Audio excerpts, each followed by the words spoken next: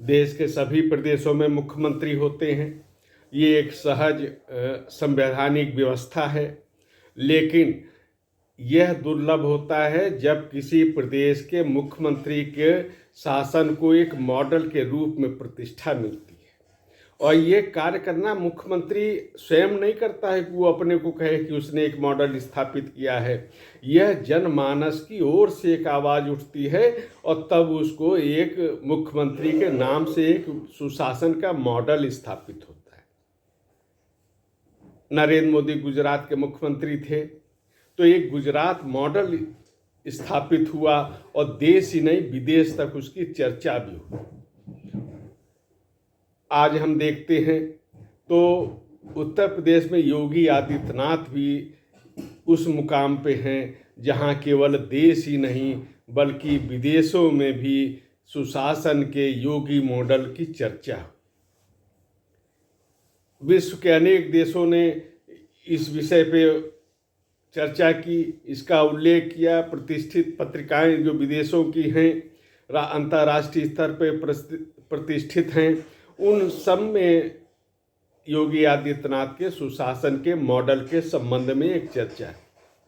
और इतना ही नहीं, एक जो शासन और प्रशासन में पहले बुलडोजर का नाम आएगा ये कोई नहीं जानता था, लेकिन बुलडोजर भी एक सुशासन के हिस्से के रूप में चर्चित हुआ है और यह उनके सुशासन का हिस्सा है जिसके द्वारा योगी आदित्यनाथ एक कानून व्यवस्था को सुदृढ़ बनाने में सफल हुए। और जब कोई मुख्यमंत्री इस स्थिति पे होता है तभी वो राष्ट्रीय स्तर पर उसका जो लोकप्रियता होती है या उसके विचारों पर लोग ध्यान देते हैं, उनको देखने सुनने के लिए भीड़ उमड़ती है, तब यह स्थिति बनती है। और विगत 6 वर्षों से हम लोग देख रहे हैं कि योगी आदित्यनाथ जहाँ जहाँ प्रचार करने गए, जितने भी विधानसभा चुनाव हुए हैं या लोकसभा के भी चुनाव हुए, तो प्रदेश के बाहर अगर किसी मुख्यमंत्री को या किसी प्रांतीय स्तर के नेता को या किसी जो पूर्व मुख्यमंत्री हो, इनमें से किसी को भी अगर सबसे ज़्यादा अगर हम कहें कि जो जनता का समर्थन मिलता दिखाई देता है तो वो योगी आदित्यनाथ है। और ये 2 पहलू पे वो काम करते हैं। एक तो उनका जो सुशासन है, मुख्यमंत्री के रूप में दायित्व है, और इस दायित्व के आधार पर जब वो दूसरे प्रदेश की जनता से संवाद करते हैं तो एक विश्वसनीयता होती है। जब वो कहते हैं कि सुशासन की सुदृढ़ कानून व्यवस्था की, बिना भेदभाव की योजनाओं को क्रियान्वित करने की, समाज के सभी वर्गों तक योजनाओं का लाभ पहुंचाने के प्रति जब वो बात करते हैं तो लोग उनकी बातों पर विश्वास करते हैं। अभी जो चुनाव हुए विधानसभाओं के, उसमें भी देखा गया योगी आदित्यनाथ जहाँ जहाँ गए बड़ी सफलता हुई, उसके आंकड़े भी जारी हुए, कहाँ कितनी सभाएं की, कितनी सफलता हुई।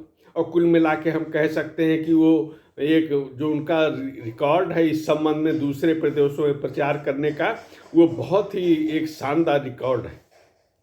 तेलंगाना की बात हुई, वहाँ भी योगी आदित्यनाथ प्रचार करने गए थे।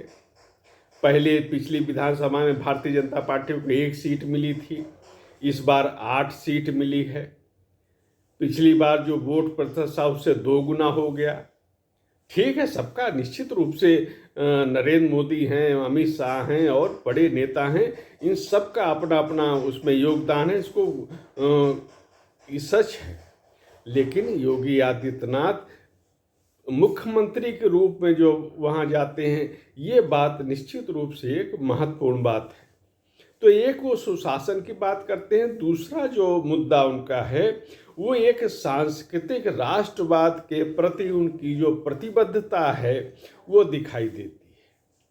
जो उत्तर प्रदेश में भी सांस्कृतिक राष्ट्रवाद के दृष्टि से अनेक जो उल्लेखनीय काम हुए, ऐतिहासिक कार्य हुए हैं, पिछली सरकारें जिनकी कल्पना नहीं कर सकती थी वो कार्य हुए हैं, और ये पूरे राष्ट्रीय स्तर पर, अंतर्राष्ट्रीय स्तर पर इनका चर्चा का विषय बना है। जब अयोध्या के दीपोत्सव की चर्चा होती है, दुनिया का ध्यान आता है, आकर्षित होता है उत्तर प्रदेश के अयोध्या के प्रति, राष्ट्रीय स्तर पर लोग देखने आते हैं। और लोगों में ये जिज्ञासा रहती है कि कौन मुख्यमंत्री, तो ये योगी आदित्यनाथ हैं। उनके ये जो उनकी योजना के अनुसार ये सब कार्य हो रहे हैं। अभी देव दीपावली पे किस तरह से वैश्विक रिकॉर्ड बन गया, तो वो भी हम सब जानते हैं। काशी विश्वनाथ में और गंगा जी की आरती में दक्षिण भारत के बड़ी संख्या में लोग आते हैं।